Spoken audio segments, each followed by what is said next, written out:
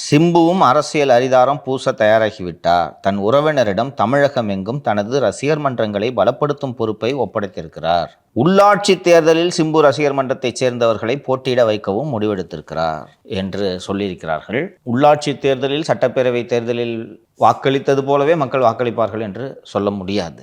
அதில் தனது பலத்தை பரிசோதிப்பது என்ற முடிவில் சிம்பு இருக்கிறார் என்று இந்த ஜூனியருடன் செய்தி தெரிவிக்கிறது. அதே போல தனுஷ் அரசியல் கட்சியை பதிவு செய்யும் பணியிலேயே இறங்கிவிட்டார் என்றும் இந்த செய்தி தெரிவிக்கிறது. இங்கே நல்லா பார்த்தீங்கன்னா இன்னும் ஆப்போசிஷனுக்கான ஸ்பேஸு காலியாக இருக்கிறது என்று தான் நான் பார்க்கிறேன். இன்றைக்கி இவங்க தனுஷோ சிம்புவோ விஜயை ரீப்ளேஸ் பண்ணுவாங்க அப்படின்ட்டு நான் சொல்ல. ஃபஸ்ட்டு விஜய் அன்பாப்புலர் ஆகலை, 50% கடந்து அவரது வாக்குகள் என்று நிற்கிறது. ஆப்போசிஷனுக்கான ஸ்பேஸு காலியாக இருக்கிறது என்று நான் நம்புகிறேன். திமுக, அதிமுக, பாஜக, அமமுக, பாமக, நாத்தாக்க, விசிக என்று பல கட்சிகள் இருந்தாலும் ஏறக்குறைய எல்லா கட்சிகளின் மீதும் மக்கள் பெருமளவு நம்பிக்கை இழந்திருக்கிறார்கள் என்று தான் நான் அவதானிக்கிறேன். அந்த எதிர்க்கட்சிக்கான இடத்தையும் புதிதாக வருபவருக்கு தான் கொடுப்பேன் என்ற மனநிலையில் மக்கள் இருக்கிறார்களோ என்று எனக்கு தோன்றுகிறது. சொல்லுங்க மாலதி. ஆமாங்க சார். இப்போ திரு அஜித் வராருன்னு வைங்களேன், அவரை நம்ம விஜய்க்கு எதிராக பார்க்கலாம், விஜயோட காம்படிட்டராக பார்க்கலாம். ஆனால் சிம்பு அவர்கள் அப்படி கிடையாது. திரு சிம்பு நம்மளுடைய ஆஃபீஸ்க்கே வந்துட்டு போனதுக்கப்புறம் அவர் நான் அரசியலுக்கு கண்டிப்பாக வருவேன்னு சொல்லலை. எங்கள் அண்ணன் நல்லா கண்டிப்பாக வரமாட்டேன்னு சொல்லலையே. எங்கள் அண்ணன் நல்லா பண்ணிட்டு இருக்காரு, லெட் ஹிம் கண்டினியூ, இன்னும் கொஞ்சம் டைம் கொடுக்கணும் அப்படின்னு தான் சொல்கிறாங்க. அப்படி இருந்தும் தனுஷ் வர்சஸ் சிம்பு அப்படின்ற கம்பேரிசன் தான் சோஷியல் மீடியாக்களில் போய்கிட்டு இருக்கு. ஆனால் இந்த செய்தியிலே பார்த்தீங்கன்னா விஜய் கட்சியில் இருக்கவங்க தான் பயப்படுறாங்கன்ற மாதிரி போட்டிருக்கேன் சார். இல்லை, அவங்க திமுக, அதிமுக ஏற்கனவே இருக்கக்கூடிய கன்வென்ஷனல் பார்ட்டிஸ் எதையுமே அவங்க எதிரியாக பார்க்கல. ஊதுறாங்க, போங்க பார்த்துக்கிட்டு, சும்மா ஏதோ பெரிய மனுஷன் பேசிட்டு போ, தமாஸ் பண்ணுறது, அங்கிட்டு போய் விளையாடுங்க என்ற வகையில் தான் அவர்கள் கையாளுகிறார்கள். இதில் இன்னொரு விஷயம் இருக்குது சார். திரு விஜய் அவர்களுக்கு பிஎம் கனவு இருக்குது. இயல்பாகவே பார்த்தீங்கன்னா டீலிமிட்டேஷன் பண்ணுறாங்கன்னா நார்த் இந்தியாவோட எம்பிக்களை வச்சே பிரதமர் ஆகிடலாம், தென்னிந்தியாவுடைய சப்போர்ட்டே வேணான்னு சொல்கிறாங்க. இருந்தாலும் திரு விஜய் அவர்களுக்கு ஆல் இண்டியா லெவலில் ஒரு ஃபேமஸாக இருக்கார். ஸோ அவருக்கு ஒரு பிஎம் கனவு இருக்குது. சிஎம்மா இவங்க வரலாம்ல. ஆமாம், எங்கள் அண்ணன் நல்லா பண்ணிட்டு இருக்காருன்னு சிம்பு சொல்கிறாரு. அண்ணன் டெல்லிக்கு போகிறப்ப அது வரைக்கும் நீங்கள் தமிழ்நாட்டை பார்த்துக்கப்பான்னு கொடுத்துட்டு கூட போகலாமே. இப்படி பேசி வர வச்சுருவீங்க போல அப்படின்னு அண்ணன் கூட சொல்லிட்டு போனார் சிம்பு அண்ணன் அவர்களுக்கு கூட. இதில் இன்னொரு விஷயம் இருக்குது சார். ஒரு காம்படிட்டராக தனுஷ் அவர்கள் எமர்ஜ் ஆகிட்டு வரும்போது தனுஷுக்கு ஒரு செக்கா திரு சிம்பு இருப்பார் இல்லையா? அப்படித்தான் விஜய் அதை பார்க்க வேண்டும். பார்த்து சிம்பு ஒருவேளை அரசியலில் இறங்கினால் அந்த எண்ணத்தை விட உங்கள் எண்ணம் நல்லா இருக்குன்னு தூண்டி விடணும். நல்ல எண்ணத்தை வளர்த்துக்கொள், நான் உன்னை வளர்த்து விடுகிறேன், இன்னொரு எண்ணத்தை கருக்கி விட்டுருணும். இப்படி செய்ய வேண்டும். இதுதான். ஏன்னா சோஷியல் மீடியாலாம் என்ன பேசிட்டு இருக்காங்கன்னா, திரு தனுஷ் பேசினதை விட சிம்பு பேசினதுக்கு ஒரு நல்ல சப்போர்ட் உருவாகி இருக்கு சார். இது ஃபியூச்சர் தான் முடிவு பண்ணும் மாலதி, நம்ம இப்போ முடிவு பண்ண முடியாது. ரெண்டு பேரும் எப்படி தங்களை தகவமைத்துக் கொள்கிறார்கள் என்பதை பார்க்க வேண்டும். 2 பேருக்கும் அரசியல் ஆசை இருக்கிறது என்று நான் புரிந்து கொள்கிறேன். வரக்கூடிய செய்திகள் இதையெல்லாம் வைத்து பார்க்கும்போது 2 பேருக்கும் அந்த ஆசை இருக்குது. இன்னொன்று இயல்பாக வரும். திரு விஜய் அவர்கள் தோல்வி அடைந்திருந்தால் சேவன் என்ன சினிமாவை பார்த்துட்டு போயிருப்பாங்க. திரு விஜய் அவர்கள் 2 ஆண்டுகளில் பெற்ற இந்த வெற்றி எல்லோருக்குள்ளும் ஆசையை ஏற்படுத்தும். அதனால தான் ராகவ லாரன்ஸை பார்த்து எம்எல்ஏ சார்னு தான் கூப்பிட்றாங்க. திருச்சிகளுக்கு வேட்பாளராம் அவரே சொல்லிக்கிறார். எல்லோருக்கும் ஆசை வருது, இயல்பு.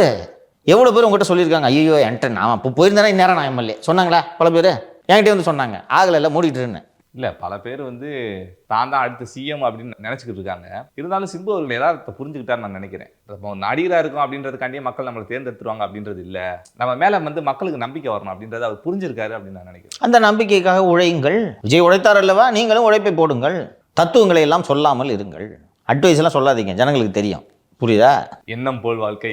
போதும் நிறுத்து. அதற்காக உழைத்தால் பாதி உயரத்தையாவது எட்ட முடியும் தானே. வயசு இருக்குப்பா, சிம்புக்கும் வயசு இருக்குது, தனுஷ்க்கும் வயசு இருக்குது. தனுஷாக இருக்கட்டும், சிம்புவாக இருக்கட்டும், இருவரும் அதற்காக உழைக்க வேண்டும். மக்களின் நம்பிக்கையையும் நன்மதிப்பையும் பெற வேண்டும். பெற்றால் இந்த உலகம் அவர்களை வரவேற்க காத்திருக்கிறது என்று புரிந்து கொள்ள வேண்டும். சார், எண்ணூர் கடல் பகுதியில் நிறைய மீன்கள் செத்து கிடந்திருக்கு. அதுக்கான காரணம் என்ன அப்படின்னு தெரிலன்னு சொல்கிறாங்க சார். அது சட்டப்பேரவையில் நேற்றைக்கு முன்தினம் விவாதிக்கப்பட்டது. விவாதிக்கும்போது அமைச்சர் இது மனித கழிவுகளாலும் இதர கழிவுகளாலும் ஏற்பட்ட மரணம், அதனால்தான் மீன்கள் இறந்திருக்கின்றன என்று சொன்னார். இது தொடர்பாக விசாரிப்பதற்கு ஒரு வல்லுநர் குழு நியமிக்கப்பட்டிருக்கிறது என்றும் சொன்னார். இது தொடர்பாக விசாரிக்க வல்லுநர் குழு நியமிக்கப்பட்டிருக்கிறது என்றால் அந்த வல்லுநர் குழு விசாரித்து முடித்த பிறகு தானே எது காரணம் என்று சொல்ல வேண்டும். இதுதாங்க காரணம், இந்தாங்க வல்லுநர் குழு விசாரிக்க அப்படின்னா வல்லுநர் குழு எப்படி நீ சொல்கிறது மீறி அறிக்கை கொடுக்கும்? ஸோ அமைச்சர்கள் இது போல் அவையில் பதில் கொடுக்கும்போது யோசித்து கொடுக்க வேண்டும். நான் அந்த பகுதி மக்களிடம் பேசினேன். ஏற்கனவே அடானியின் துறைமுகம் அமைவதற்கு அந்த பகுதி மக்கள் எதிர்ப்பு தெரிவித்த போது அது தொடர்பாக ஸ்டோரி பண்ணுறதுக்காக நமது குழுவினர் அங்கே சென்றிருந்தோம். அந்த தொடர்பில் மக்கள் என்னை அழைத்து, இந்த மாதிரி சார் அமைச்சர் இது மாதிரி சொல்கிறாரு, அது ஆலை கழிவுகளால் மீன்களுக்கு மரணம் ஏற்பட்டது என்று அந்த பகுதி மக்கள் சொல்கிறார்கள். ஒரு அமைச்சர் இல்லை மனித கழிவுன்னு சொல்கிறாரு. ஸோ ஒரு வல்லுநர் குழு அமைக்கிறீங்கன்னா அந்த வல்லுநர் குழு என்ன முடிவு இருக்குதோ சார் விசாரிக்கிறவங்க நாங்கள் ஒரு குழு அமைச்சிருக்கோன்னா முடிஞ்சு போச்சு. முடிவை நீங்கள் முன்னாடியே சொல்லிட்டீங்கன்னா அப்புறம் அந்த குழு மீது எப்படி நம்பிக்கை ஏற்படும்? இல்லை அந்த குழு உறுப்பினர்கள் தான் அமைச்சருக்கு எதிராக எப்படி அறிக்கை அளிப்பார்கள்? ஸோ இதை யோசித்து செய்ய வேண்டும். ஆலை கழிவுகளோ மனித கழிவுகளோ இது போல் மீண்டும் இந்த சம்பவம் நடக்காத வகையில் அரசு நடவடிக்கை எடுக்க வேண்டும். அடுத்ததான் அந்த தூத்துக்குடியில் ஒரு பையனை விசாரணைக்கு கூப்பிட்டு போனாங்க. கூப்பிட்டு போயிட்டு லாக்கப்பில் உட்கார வச்சுருந்தோன்னே பொத்துன்னு மயங்கி கீழே விழுந்துட்டான். அதுக்கு காவல்துறையும் தான் காரணம்னு சொல்லிட்டு பெற்றோர்களும் குற்றம் சாட்டினாங்க.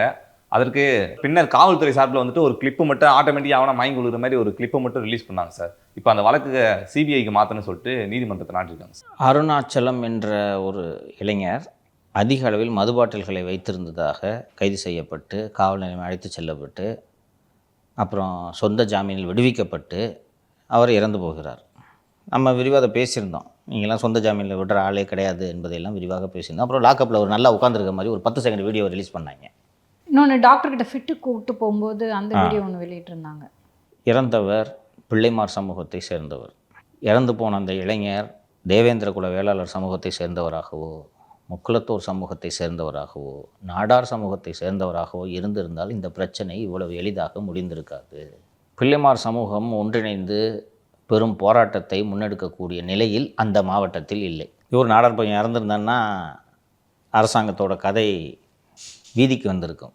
ஸோ இந்த இறந்து போன அருணாச்சலம் இந்த சமூகத்தை சேர்ந்தவனாக இருப்பதால் அந்த குடும்பத்தை ஏமாற்றி பாடியவங்க வச்சு போலீஸை பாடியவங்க வச்சு உண்மையில்லைன்னு சொல்லி அதிகாரிகளை ஏமாற்றி அரசை ஏமாற்றி முடிச்சிட்டாங்க. இப்போது அவர் குடும்பத்தை சேர்ந்தவர்கள் மதுரை உயர்நீதிமன்ற கிளையை அணுகி வழக்கின் புலன் விசாரணை சிபிஐக்கு மாற்ற வேண்டும் என்று கோரிக்கை விடுத்திருக்கிறார்கள். நீதிமன்றம் வழக்கை விசாரித்து கொண்டிருக்கிறது.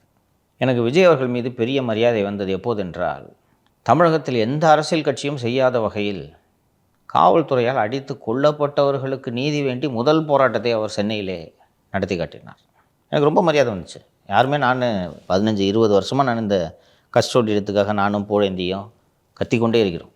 பெரிய அரசியல் கட்சிகள் யாருமே இதை கையில் எடுக்க மாட்டார்கள். இதற்காக தாவேக போன்ற ஒரு கட்சி சென்னையில் ஒரு பெரிய போராட்டத்தை நடத்தி அந்த குடும்பங்களை சேர்ந்தவர்களை மேடையேற்றி அவர்களுக்காக குரல் கொடுத்தார் விஜய். ஸோ அவர் ஆட்சிக்கு வந்த பிறகு இதெல்லாம் நடக்காது என்று நினைத்தேன். கஸ்டோடியல் டெத்துக்கு விஜய் காரணமல்ல என்பதை நான் ஒப்புக்கொள்கிறேன். நான் அதை மறுக்கவில்லை. ஆனால் விஜயோட ஆட்சியிலையும் இந்த கஸ்டோடியல் டெத்தில் உயிரை பறி கொடுத்தவர்கள் நீதிமன்றங்களின் மூலமாகத்தான் நியாயம் பெற வேண்டும், நிவாரணம் பெற வேண்டும் என்றால் அப்புறம் ஆட்சி மாற்றம் நடந்ததற்கு என்ன பொருள்? அந்த குடும்பம் நீதிமன்றத்துக்கு போனது எனக்கு வருத்தமாக இருக்குது. குறைஞ்சது ஒரு 20-30 ரூபா செலவாகும்பா. ஏன் அந்த குடும்பம் செலவு பண்ணோம்? காலேஜில் 2 பசங்க அடிச்சுக்கிட்டு செத்ததுக்கு அரசு வேலை கொடுக்குறீங்க, இந்த குடும்பத்துக்கு கொடுக்க வேண்டியதானே? இது ஸ்டேட் ஆக்ஷனில் நடந்த டெத்து, கரெக்டாக விசாரிங்க. கடைசியில் அந்த பையன் வாக்குமூலம் கொடுக்குறான் அடித்தாங்கன்னு சொல்லிட்டு. இப்போ விசாரணைக்கு உத்தரவிடுப்பா. இது மாதிரி ஒரு சம்பவமே நடக்காத மாதிரி நீங்கள் பாட்டுக்கு உங்கள் வேலையை பார்த்துட்டு போகிறீங்க. இதுதான் நாங்கள் எதிர்பார்த்த மாற்றமா? ஸோ நீதிமன்ற உத்தரவுக்காக காத்திருக்காமல் இந்த வழக்கின் புலன் விசாரணையை சிபிஐக்கு ஒப்படைக்க வேண்டும் என்று அரசை கேட்டுக்கொள்கிறேன். அடுத்ததாக டைம்ஸ் ஆஃப் இந்தியாவில் ஒரு பெரிய கட்டுரை வந்திருக்கு சார். 2 திராவிட கட்சிகளுக்கு இணையாக தாவேக எப்படி வழக்கறிஞர் அணியை உருவாக்க போகிறாங்க அப்படின்னு சொல்லிட்டு செய்தி வந்திருக்கு சார். அதில் என்ன சார் போட்டிருக்காங்க, கொஞ்சம் விரிவாக சொல்லுங்கள். டிவிக்கு லீகல் விங்கை செதுக்குவது தொடர்பாக அந்த கட்டுரை எழுதப்பட்டிருக்கிறது. ஒரு முக்கியமான கட்டுரையாக நான் பார்க்கிறேன். அந்த கட்டுரையிலேயே குறிப்பிட்டிருப்பது போல திமுக மற்றும் அதிமுகவுக்கு வலுவான வழக்கறிஞர் அணி இருக்கிறது. அந்த வழக்கறிஞர் அணியை சேர்ந்தவர்கள் தான் அரசு வழக்கறிஞர்களாக நியமிக்கப்படுவார்கள். எப்போதும் இதுதான் நடைமுறை. பின்னாளில் அவர்கள் தான் நீதிபதி ஆவார்கள். வாய்ப்பு நிறைய இருக்கிறது. இப்படி தாவேக அரசு நியமிக்க முடியாத ஒரு நிலையில் இருந்தது. கட்சி ஆரம்பித்து 2 வருஷம் தானே ஆகுது. இதில் எங்கேருந்து வழக்கறிஞர் அணி அண்ட் அந்த அரசு வழக்கறிஞர் நியமனத்தில் எப்படி தடுமாறினார்கள் என்பதையெல்லாம் நாம் பார்த்தோம். ஸோ அவர்களுக்கென்று ஒரு லீகல் விங்கை கட்டமைக்கும் முயற்சியில் தாவேக ஈடுபட்டிருக்கிறது என்பது குறித்து தான் அந்த கட்டுரை. எப்போவுமே கட்சிக்காரங்களை தான் அரசு தலைமை வழக்கறிஞராக, தலைமை குற்றவியல் வழக்கறிஞராக 2 கட்சிகளும் நியமிக்கும்.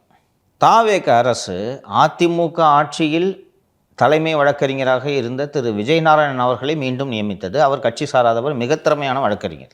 அதே போல் அரசு தலைமை குற்றவியல் வழக்கறிஞராக எந்த கட்சியும் சாராத மூத்த வழக்கறிஞர் திரு ஜான்சத்தின் அவர்களை தாவேக அரசு நியமித்தது. இது போல கட்சிக்கான வழக்கறிஞர் அணியை உருவாக்கும் பணியில் தாவேக கட்சி ஈடுபட்டு கொண்டிருக்கிறது. திறமையானவர்களை கண்டறியும் பணியிலும் அது ஈடுபட்டிருக்கிறது.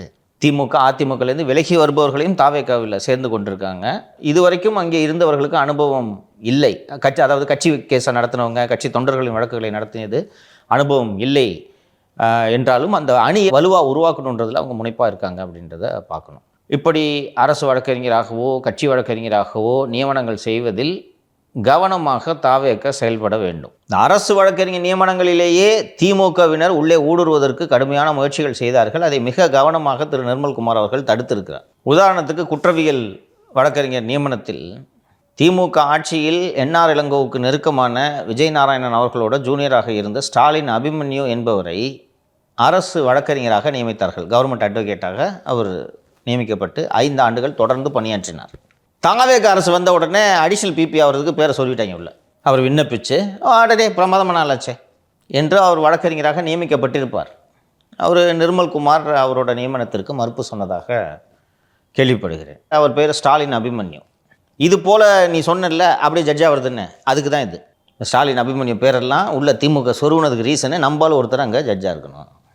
ஸோ தாவேக அரசு கட்சியில் யாரை வேணாலும் சேர்த்துக்கிட்டோம். இந்த ஸ்டாலின் அபிமன்யு தாவேகாவில் சேர்ந்து ஏதாவது ஒரு வழக்கறிஞர் அணியில் பதவியை வாங்கிக்கிட்டு அவர் கட்சியில் தாவேகா கொடி கட்டிட்டு சுட்டுட்டோம். இல்லை, எங்களுக்கு எந்த விதமான ஆட்சேபனும் இல்லை. அது அவரது விருப்பம். அரசு வழக்கறிஞர் ஆகும்போது திமுக ஆட்சியிலேயே 5 வருஷம் நீங்கள் அரசு வழக்கறிஞராக இருப்பீங்க, தாவேகா ஆட்சியிலையும் இருப்பீங்க, அடுத்து பிஜேபி ஆட்சி வச்சுன்னா அங்கேயும் இருப்பீங்க. அப்போ மற்றவங்களாம் ஆக வேணாமா? அப்போ இப்படியே தொடர்ந்து அரசு வழக்கறிஞராக இருந்துட்டு அப்படியே போய் ஜட்ஜ் ஆகிடுவீங்க.